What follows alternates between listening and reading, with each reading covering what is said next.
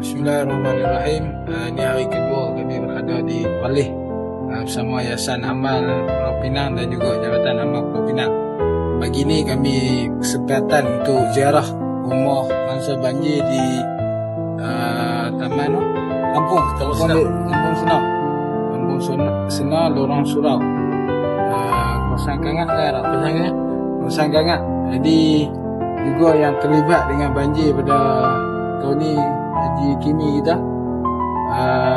Ni rumah dia, bukan dia tengok lah macam mana keadaan rumah dia. Semalam ayak ni dekat Parah Pinggang lah dia. Parah Pinggang hari ni dah surut sikit tapi masih tak boleh masuk.